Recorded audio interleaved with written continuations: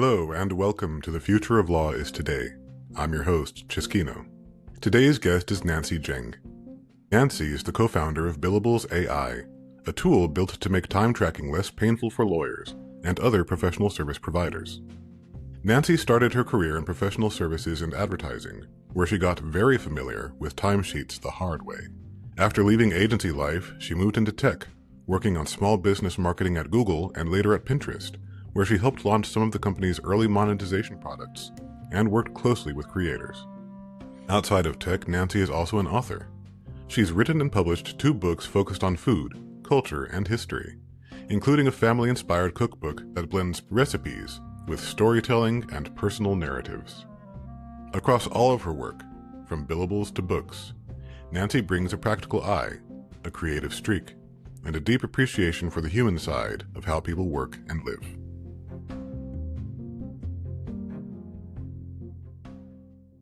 All right, Nancy, great to have you on the podcast today. To get started, can you tell us a little bit about your journey as a founder? Yeah, absolutely. So I'm Nancy, and I am the co-founder of Billables AI. And we started this company a few years ago, and it really emerged out of a pain point that was brought to us by my co-founder's wife, who is a partner at a law firm, and brought up this really annoying part of her job. She called it the bane of her existence. We have heard that language from many others since, but it was really about timekeeping and how she thought, and we believe she was right, that technology could really help with this age-old, annoying kind of task that's very prevalent for any professional service provider, but especially lawyers. And it really struck a chord with me as a former timekeeper myself, having spent the first decade of my career working at different marketing agencies as an advertising executive. I had to submit my timesheets. And then later, as a VP of an agency, was then hounding my team to get their time in. So kind of saw things from both sides. And that really was the spark that led to Billables. And so now, a few years later, we've grown a lot, and here we are talking to you. So it all led me here. Yeah, and fantastic. I'm happy to have you here. So that phrase, the bane of their existence, I think that really resonates with a lot of people because in any given job, no matter how much the person likes it, there are going to be those things that the person just hates doing. And certainly keeping track of billable hours in 6-minute increments and having to enter that time. I remember in my own experience as a lawyer, I remember once having to do the walk of shame. So in my firm, how they enforced, because if you don't submit your billables on time, the firm can't build clients for it. And so that's, as one partner said, that's their SKU, that's their inventory. They don't have that, they don't have a business. So to enforce it, what my firm would do was if you were late getting your billable hours in, they would cancel your direct deposit. And you'd have to go down to the office and pick up a paper check and then sign up again for direct deposit. So once I did that once, it was really well enforced in my mind. Okay, I have to get my billables in. Not because I wanted to, but because I wanted to avoid having to get my direct deposit disrupted. So yeah, I think you're really onto something. Naming and shaming, yes, unfortunate as it is as a scare tactic, it works. Yeah, our old agency used to turn off our internet, so that was another flavor of using the stick to get people to comply. But yeah, it's so painful everywhere, and it's kind of a double whammy, right? Because if you don't do it, like you're saying, the firm doesn't get paid, the money's not coming in. It is such a key part of the business. So it's so critical to revenue, but also the amount of time you spend doing it is not billable. So like, it's just extra painful across a number of dimensions. Yeah, and that's a great point. What you see a lot with certainly legal tech companies right now and a lot of AI companies is they're automating parts of the work that people actually like. This is a challenge for especially companies that have been characterized as AI wrappers. A lot of lawyers like drafting. They like they like thinking through their arguments and crafting a well-written memo or a well-written contract, whatever it might be. But nobody likes billing. So one thing I really like about what you're doing is you're not trying to take away the part of the job people really like, or even just risking the appearance of that. You're actively tackling the thing that people don't want to do. So how have people, you've said a little bit about it already, but can you tell us a little more about how have people responded to that? Yeah, I think you're exactly right. A lot of the AI conversation has been about what you described, automating the core work, which is kind of why people got into the legal profession in the first place. If you think about drafting contracts, doing research and summarizing that, a lot of that is the core functionality of the role. But nobody, we've met with thousands of lawyers, no one is excited about doing their time entries and entering their time. No one views that as core to the function of the role. It is an admin task that everyone tries to avoid. And so as a result, the solution that we've built has been embraced warmly. I've never seen such strong reactions from Hmm. people as it relates to adoption of software. And I guess it just is a testament to the pain of billing and how awful the current process is. So we've literally had people profess to us that we've saved their careers, that they were considering getting out of private practice because they hated billing so much. And this has really changed their lives. So it's so great to hear that feedback. It's definitely the hunch that we had going into it, but it's great to see it validated with actual people who were feeling that pain. Yeah, that's fantastic to hear. And it's funny. So when you and I talked previously, we talked about a lot of things, not just billables. We talked about art, about creativity, about startups. And when people think of billable hours, as we've been discussing, they're a headache. And some might even say they're a little boring, right? Nobody's getting excited about tracking their time and counting the hours they spent doing something and reporting it in a timesheet. So, when you're trying to reach people about this, how do you leave the boring part behind? How do you connect with people as people, even if the work you're doing might seem a little dry? Yeah, it's a really great question and something I think about a lot. And part of this is maybe my background coming into this space is a little unique and unusual. Before founding Billables, I actually spent 7 years at Pinterest, several years at Google, working on their small business efforts.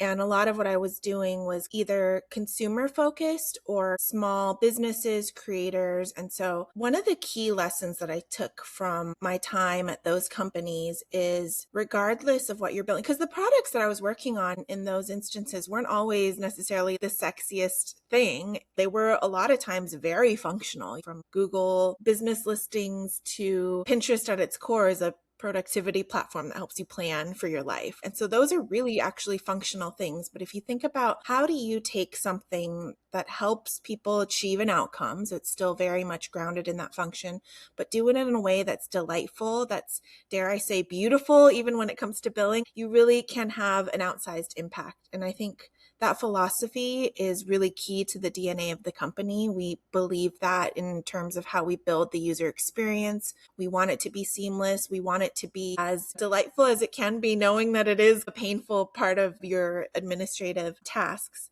But I think we've been fairly successful on that front. We hear from a lot of folks that the product is actually beautiful or pretty, which I never thought those words would come out of anyone's mouth as it relates to like a timesheet.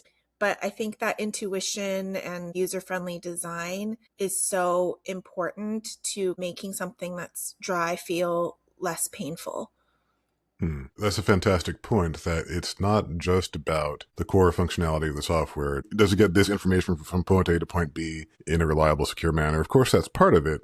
But Yeah. yeah, to your point, there is also the general user experience. Is the software easy to use? Is it understandable? And yeah, I wouldn't have expected that feedback, but is it nice to look at? Because so much, so much billing software and so much business software in general is really just not nice to look at. And yeah, I think a lot of people might think of the user interface, certainly in terms of aesthetics, think of that as something extra and that's going to cost them more money. Then they'll have to pass the cost on to end users. But at the same time, if it enhances the experience, if it makes the software more usable, if it takes some of the pain out of doing that part of the day that nobody wants to tackle, that sounds like a worthwhile investment. Yeah, exactly. And that's what we've seen. Right now, it's so painful that people end up not doing it or not doing it as often as they should. So people are Yeah. late on their time, which means they're late on their bills. So it's just kind of broken across the board. And typically, we can get people up and running really quickly, usually within a day, assuming you have all the IT admin, which is kind of unheard of in legal tech in many ways. And so a lot of that is because it's easy to understand and grasp. You can get going and know what you need to do and then not have to spend too much time doing it. Because as beautiful as we may make it, we still don't want you to spend hours doing your time entries. Yeah. let's go ahead and pivot a little bit because we've talked about how great your product is, and I'm very happy to hear that you're getting this kind of response from lawyers. But let's take a look at things from the lawyer side. So Yeah. you are knee deep or maybe up to your nose in the conversation about billable hours. So I have a question for you. Yeah. Is the billable hour really dying? Yeah, good question. And also one that isn't even that new if we think about it. I think people have been asking this for a while. I was at a conference recently when they were like 20 years ago, people were asking and proclaiming the death of the billable hour, and it just frankly hasn't gone anywhere. So I think to some extent, I don't think it'll truly go away ever or for a really long time. And part of that is just because it is such a universal way of measuring output that can be translated across levels, across industries. A lawyer can easily communicate that. It's a metric that's easy to grok to their clients. Now, I think why we might be hearing it more lately is because of the conversation around AI and how it actually makes lawyers more efficient. So if it takes you a quarter of the time to draft a brief or summarize your research findings, then what do you do with that as a lawyer? Because the output is still the same, but you are obviously spending less time on it, and you don't want to have that actually hurt your business. So I think that's the crux of the issue at play. What we've seen, and we've actually been pleasantly surprised to have a lot of firms come to us that are not just explicitly within that hourly billing model. And even those who primarily bill hourly, they're starting to explore other fee models. So flat Mhm. fees, retainer, subscription. Some firms have built on contingency. We actually have firms across all those billing models as customers. And the reason for that is time is the universal increment. It is still the key thing that they need to measure to understand how to set their flat fees properly, how people are spending their time to know how to load balance and resource allocate across different clients and matters. And so even as the increment of money exchange, like the billing model, may Mhm. fluctuate, and I think they're still figuring it out, the time actually becomes even more important to measure, to understand, to analyze, because it can fuel all of those decisions. You can then make a decision for your firm whether flat fee is the right path for you, given how people are actually spending their time, or should it be X model or Y model, whatever it is. I think people kind of have this conception of us as being only maybe relevant to the hourly billers, but we've actually been really surprised to see that that's not even the case in our own customer base. You raised multiple great points. One a little earlier in there was if you're doing the same quality of work and getting the same results, but in, say, 1/4 of the time that it took before, how then do you accommodate for that? Do you raise your hourly rates by 4x of what they were? Will clients understand this is simply balancing it out to reflect the fact that we're taking less time to do the same work? Will they reject it just because the hourly rate is so high? I'm really intrigued by these alternative billing models because I think in professional services in general, this is an ongoing question. Yeah. And as you said, this was a debate already before artificial intelligence and especially generative artificial intelligence. If you're very good at something and you've been doing it for a long time and you can produce a good output in, say, 2 hours because you've been doing this for years, and somebody else who's just started doing it would take 10 hours, the person who did it in 2 hours shouldn't necessarily get paid less for it just because they did it so much faster. So how do you balance that with your hourly rate and then looking at other billing models? I know my opinion is we're probably heading in the direction of the billable hour not necessarily being the final output in terms of Yeah. this is what we put on an invoice and expect you to pay. But, and this is where I'm really intrigued by what you're saying, the billable hour won't go away because people still need to understand their own operations. So even if they're adopting a flat fee or some sort of contingency or whatever the value-based billing might be, they still need to understand what people are spending their time on so they can structure their operations and staff matters accordingly and look at their own investments in tech and optimize what they're doing there. So could you tell me a little bit more about what you're seeing in that light? The people who aren't necessarily using your platform just for the actual invoice output, but how are they looking at their own operations with it? Yeah, so we work with firms that are trying or maybe have in the past tried the flat fee model and actually gone back to hourly, Hmm. mainly because a lot of times when they were setting their fees, it was based on some guesses. So they would Hmm. roughly estimate how much time they think it would take them to do a certain task and to fulfill a certain matter. And frankly, as we've seen just in timekeeping, humans are bad at estimating their own time and how long it takes them. We see this just in everyday life, right? Like whatever your chore list is, it always takes longer to get through it. And I think that's true with work too. And so a lot of firms were finding that they would set these fees and then for whatever reason, maybe they estimated poorly or the clients were extra demanding and there was a lot more back and forth than anticipated. And they'd come out in the end underwater on their fees, which is not Hmm. the intention, right? No one's running a business to lose money. And all of that is a data problem if you think about it. You just don't know what the inputs are. And so you're kind of wildly guessing, not wildly, some discipline, but you are making an estimate of what that cost should be. And in a world where your primary model may be flat fees, it actually exacerbates the problem because you have a team of people who just then fall out of the habit of tracking time. And so all your Yeah. inputs are quite flawed. We have a lot of firms that use us to calibrate how much time is being spent on certain matters, clients, but also by tasks. We assign different task categories. We have the UTBMS ones that are required for billing, but the similar kind of dynamics in terms of you can see how much time is being spent on email versus meetings versus phone calls or document editing or review. And it's really quite revealing for folks to see that reflected back at them because I think there's almost always a surprising insight there. And a lot of times people will use that to adjust their workflows or billing models. Yeah, it's a great point. I don't think when most people are talking about shifting to new billing models, they're taking into the possibility maybe they will go back to hourly billing after the fact. Yeah, Yeah. as you said, if you have a really standard task and you've done 100 of these things, you probably have a pretty good idea of how long it's going to take. But so much of the work that comes your way is irregular in some way. Yeah. And I think that's only going to increase because the more looking at law, the more that in-house teams take on more of the regular review work themselves, I think the more that the work that's outsourced to firms, at least I'm looking at corporate practices, the more of the work that's outsourced to firms is the really tricky stuff that Yeah. Very true. requires that specialized expertise. And therefore, it's probably going to be hard to predict how long it takes because it's the really tricky, complex stuff that can't be automated quite so easily and can't be predicted. So yeah, it's an intriguing thought that, like I said, I do think there will be more of reliance on some of these alternative billing arrangements. But if you find that your practice is really heavy on those trickier matters or those more unpredictable matters, yeah, maybe you need the flexibility of the billable hour.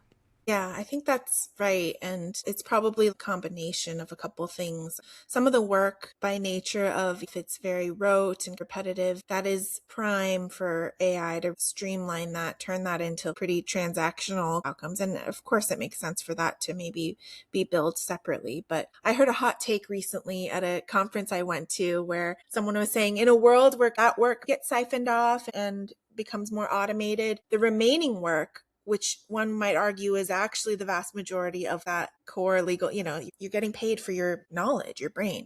Hmm.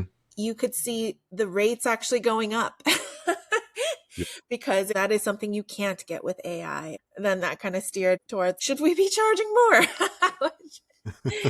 But I think it's all fair. At the end of the day, it's about how do you really quantify that value in a world of finite resources, in this case, time. So it's just been really interesting to see that conversation evolve and see our place in it evolve because it holds a key role no matter whatever billing model you're considering. Yeah, and you bring up another great point. It is fair, but what I see as the potential gap is not the question of whether the billing arrangement is fair for both the law firm and the client, is the communication around it. Yeah. So yeah, if you negotiate against yourself and you come up with this great framework in a vacuum, but you haven't adequately communicated to the other side, this is why we're changing the billing this way, whether it's the billing model or just raising the rate to account for the fact that you're spending less time. Yeah, I can see that leading to friction. So I do have a couple questions on that end. First, I'll ask, because I think this is a question for everybody. If you're spending less time doing the same amount of work thanks to AI, do you bill the same amount for it, or do you pass some of those time savings onto your clients in the form of a lower fee just to account for the fact that, well, you are spending less time, so you can take on more work or you can go home earlier. So there is still some shared value. So do you see that there is any downward pressure on rates, or is it really more a question of people understand the output, they understand they're paying for the output, and they don't expect to pay a different amount. They just want to make sure they're paying for what was actually done. Yeah, I think quite frankly, there is some pressure on the client side. If you have tools that make your job a little bit easier, I would want to see that reflected in my bills, is kind of the sentiment.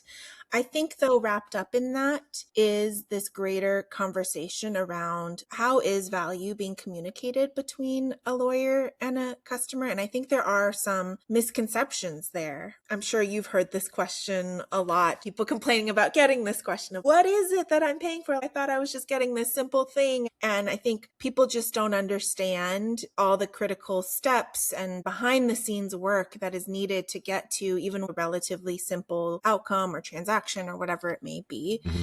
And I think part of what makes flat fee billing, for example, really hard to truly pivot into is it obscures that even more. If you negotiate the terms of a contract or relationship and it's based on this deliverable or whatever you're setting, that's a very overly simplified view of what's happening to get to that. And in a world where you don't have the rigor of detailed time tracking to show the work, essentially, it leads to that greater gap in misconception. And so a lot of our flat fee customers, they actually still include almost the same amount of detail that they would in a broken out point one by point one time report, just to show like, hey, yes, we agreed on this flat fee and that's still true, but this is all that went into it. And that gives them also, it's persuasive billing. It gives them leverage to renegotiate fees in the next round. And it's also something that as a flat fee biller, they wouldn't have wanted to or can't really justify spending the time doing it Mm-hmm. without the help of something like our tool. That's intriguing. And that's actually a great segue into what was going to be my next question, which is how do lawyers do a better job of communicating the actual value of their work with their clients? And you raised yet another great point, which is that I think many clients, and this is probably even more true with consumer-facing legal practices. So let's say you're a divorce lawyer, you're meeting not with businesses, but with regular people and handling smaller matters for them. If they don't understand what goes into legal work and how much trickier it can be to deliver a seemingly simple output, will they understand the value of, again, having somebody who can do this work and really efficiently and concisely deliver a concrete, helpful answer that guides you in the direction you need to go in? And I think AI has really muddied the waters in this respect, that many people, especially non-lawyers, when they think about what it means to practice law and they think about what lawyers do, they're thinking of the outputs that they can see. And the output is usually some sort of written document. It's a contract, it's a memo, it's a brief, it's a will. So when people think of that as the work of the lawyer, and as you said, the more removed they are from the work itself, the less they understand about what goes into it, the more they're inclined to think, well, I can just ask ChatGPT to pump out a contract for me or to write an analysis of this legal issue, and I don't know anything about the laws, so I assume this is pretty good analysis. And they think, well, if I can pay $20 a month for that or even get it for free and get what I think is a pretty good answer, why am I paying you all this money for the same output? To your point, you're not really just paying. Well, for one thing, if you're not in a position to assess the quality of the output, that's a Yeah, problem. exactly. But you're also not just paying for the simple output of a piece of paper. You're paying for all that expertise and all that care and attention to detail that went into it. So I'll just add my little note and then I'll ask you about it, because I think this point is worth doubling down on. It really is about that communication of value from the lawyer to their client. You've already broken it down in part, but can we dive a little further into it? How are you seeing that lawyers are taking either more creative or more empathetic approaches to explaining to clients, this is the value I provide? And am I right or am I wrong when I say that it's probably more so for lawyers who have direct consumer-facing practices than for lawyers who are selling into, say, GCs who understand more about what it's like to work in a law firm and to produce that output? Yeah, I think the problem actually exists across the board. It's just a different flavor of it. With individuals as clients, I think there's a general lack of context that needs to be imbued into those conversations and those bills. If we talk about folks in corporate law and their client is a GC, that relationship is rife with a lot of submitting bills, having to write things off back and forth of why did this cost so much, right? So I actually don't think they're spared from that kind of misalignment either, even though on both sides they're in the legal space. Because what's happening is there isn't a lot of transparency about what's going on. And that is one thing that our tool really does well. It makes transparency easy because I don't think lawyers are trying to hide what they're doing. They're busy doing the work. And so then to Yeah. capture and describe how they're doing, that's just basically reliving it over again. And that's why it's so painful. But if they have a way to capture that and show it and shine a light on this is actually what led to this bill or this outcome, or here were the different steps or the correspondences or the research that had to be done that led to that. For us and what we've seen with our customers, that has been a huge unlock to help increase realization rates, less pushback on bills, just because there's more detail there than a human trying to recollect what they did and summarize it. It's just, they're not great at it. Yeah, and while you're talking, another question occurs to me. We talked about lawyers assessing their billing models and looking at, okay, what is the best way to go between billable hours, flat fees, contingencies, all of that. But are you finding that based on these conversations and based on this additional data you're giving them, that any legal teams are actually looking at their operations and saying, we should actually change the way we operate? Yeah, we've actually had requests from in-house teams, which isn't necessarily even our primary audience, to help them understand more how their time is being spent and what types of tasks are taking up a disproportionate amount of time or are repetitive. And Mhm. that could help them figure out where they need to bring in solutions or people and change their operations. So we're definitely seeing that. I think we're getting more and more examples as our analytics become more robust, but it's certainly a huge drawing point of why they come to a solution like this. And that's intriguing because, as you said, your main customer base is not in-house teams because they're not sending invoices to people. So it sounds like they're coming to you and they're saying, we want to get a better sense of what our team is working on, where we're putting our hours, who's being staffed on what. And you're helping them set up a time tracking solution then to do that. Is that correct? Yeah, in some cases we've gotten the demand. We haven't really focused on that just because we want to make sure we're building out the specific needs that more private practice firms need, but we're getting that pull, which is great. You always want your customers giving you your next use case, and that's definitely what's happening here. And we've seen it even within our core business, which is private practice firms. At the risk of oversimplification, there's three personas that come to us with slightly different needs. You have the actual timekeepers themselves, where we're obviously solving that key pain point. They just hate doing their timesheets. Then you have the managing partners that are trying to make sure that the money is coming in, that the clients are happy, that the bills are compliant, that everything's going to propel the business forward. And then you have the administrative team, legal administrators, who want to make sure that that operational process is fluid, that there are no bottlenecks. And usually the bottleneck is people and manual timekeeping, and that people aren't burnt out on these admin tasks because that leads to churn and impacts retention and employee health and happiness. And so those are all slightly different goals that people are looking to achieve with a solution that at its face value may seem like a point solution, small thing, but it actually has tremendous impact across those different dimensions.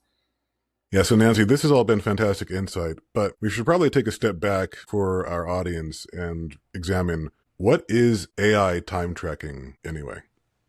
That's a really good question. It's worth spending some time defining just because it is a new category and it's a new way of working and a new way of thinking about this type of task that frankly just didn't exist, couldn't exist more than 2 or 3 years ago. I think a lot of what we're talking about has really only been enabled with the power of generative AI. So AI time tracking at a high level is a way of capturing your time while you're working and generating time entries that are ready to bill. So what we've seen in the past, there was a previous wave just before the AI era of digitizing some time tracking where you saw all these practice management platforms introduce like timers.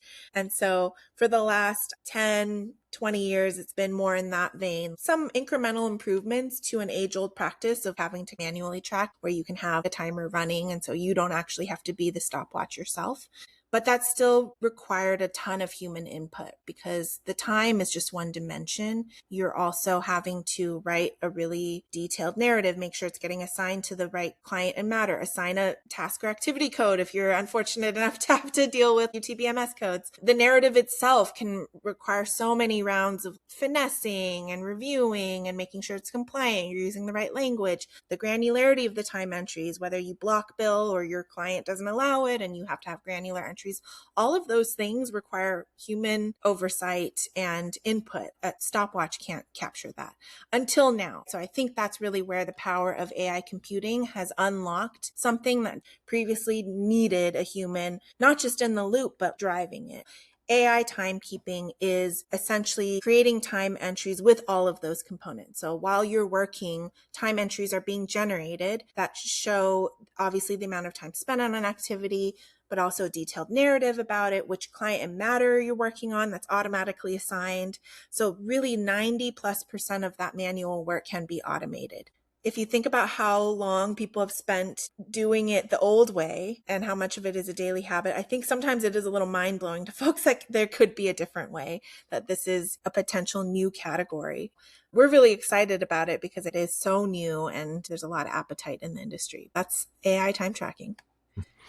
Nice. And it's a great point. I think it might be difficult for a lot of people to visualize just what AI in something more mundane like time tracking looks like. Because we've all had time by now to play around with things such as language generation and image generation. And that's easy enough to understand once you've done it a bit. But understanding how AI can exist in and help with something more like billable hours, that seems like one of those inevitable headaches that you're just going to have to deal with forever. That should be music to a lot of people's ears. So I'm really glad to hear that you're getting that traction. Yeah, for sure. And I think people's aha moments when they try the product and see exactly how much of it can be automated. They're so used to doing it the painful way. It's like if you're used to brushing your teeth every day, and if one day all of a sudden that was automated, like it would blow your mind because it's just such a foreign concept, but you'll never want to go back if you can avoid it. So I think Yeah. it's one of those kind of pivotal points in this industry and with this technology. Well, Nancy, I've really enjoyed this conversation. I've certainly learned a lot, and I'm sure our audience has as well. I like to close each session with a segment I call Keeping It Human. So as much as AI can be useful and can be helpful, and I love what you're doing with it, the whole point of all this is to give people time back in our day so we can spend time with our families or on our creative pursuits or whatever it might be. So keeping it human, Nancy, what is the fun fact about yourself you'd like to share today? I love that this is a part of the podcast. I think it's such a important thing and we need more of this. So thank you for including this as part of the DNA of the program. My fun fact is a passion project of mine. So I published a couple books. About 2 years ago, I published my first book, which is a cookbook that is inspired by my mom's recipes. So it's a Taiwanese home cooking cookbook. And I worked with her to document all of these recipes. She's an amazing cook, but everything is in her head. When she cooks, there's no measurement. It's all by feel and taste. And as someone who's trying to learn and preserve that, it's so frustrating. You know, I'm like, I don't know how to recreate what you've made, and I would like to. And so it really started from that perspective. And I was dabbling in photography. So I did all the photos for the cookbook. I also do some illustrations. I did the watercolors. I painted each ingredient and assembled it. And then obviously my mom was a huge part of helping to write the recipes down. It was a huge labor of love. And it's one of the things I'm most proud of in addition to launching Billables, which happened the same year actually. So I don't know if I was... Oh, nice. Yeah. You were on fire that year. Yeah. It was busy. Yeah, that reminds me of back when Twitter was Twitter. That reminds me of this joke I saw where someone was saying his grandma is telling him how to cook something, but she's just saying, "Oh, just add enough of this until the spirit of your ancestors speaks to you and says it's enough." He's like, "No, grandma, I'm going to need some specific instructions on exactly how much to add." Yeah, So give yeah, me the teaspoon. Yeah. yeah, I get what you're saying, that it's one thing to just hear it or to enjoy the food and consume it, but if you really want to preserve it, and I appreciate that you had that instinct and you acted on it, if you really want to preserve it, you want something a little more specific than that. And as I recall it, you said it's really not just the recipes, right? There was more that went into it. Like you mentioned the photographs. You also said you did some watercolor paintings. Was that correct? Yeah, my first job was actually painting. So I was teaching painting. I did oil painting in high school. So I've always had that passion, but I hadn't picked up a paintbrush in years. And then I decided if I'm going to embark on this passion project, I want to tap into that creative side that has been dormant for a while. Yeah, no, that's fantastic. So you're creating hand-painted illustrations, you're photographing the food, you're documenting the recipes. And you said there was also a historical and cultural element to it as well, right? You're not just describing the food, there's also or was that more in the other book? You're describing some of the historical significance of the foods. Yeah, so actually, after I published this book, a publisher reached out to me who specializes in kids' books, children's books, Hmm. and they had a series around different ethnicities and food designed for elementary age kids. That's all about showing the culture and history and context of food. And so they asked me to write the next one in the series. So, A Very Asian Guide to Taiwanese Food actually came out a few months ago. So, that's the second book that I've now published. And different audience, but kind of still around the same subject matter. But Yeah. yeah, it has more of that historical, like fun facts and understanding how people consume and live with food. So as somebody who loves food and has not eaten lunch yet, I really appreciate the work you're doing there, and now I'm getting hungry thinking about what I'm going to eat. Get some So, noodles. right? Yeah, that's a fantastic idea. Actually, I will mention my kids. We always have a pretty good variety of different instant noodles because my kids love those as a snack. Oh, So, yeah. so yeah, that's one of the most requested things. It's not the same as home cooking, obviously, but Oh, but they're um, so good. Yeah. yeah, yeah. All right, Nancy, this has been fantastic. Always a pleasure talking with you. If people would like to get in touch with you, whether it's to discuss billable hours or their own legal operations and timekeeping or food and cultural preservation, how can they reach you? Yeah. Well, you can find out more about Billables on our website, billables.ai. And you can reach out to me. I'm always available to chat food or legal tech or anything at nancy@billables.ai. So easy to remember. All right, fantastic. Nancy, thank you very much for joining me today. Thank you to everyone who's listened in. Always a pleasure. Don't be a stranger, and I will catch you next time.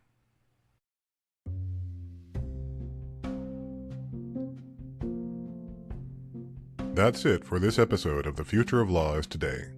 Subscribe for more straight talk on law and legal tech, and share it with someone who still thinks Master of Laws when you say LLM. Thanks for listening.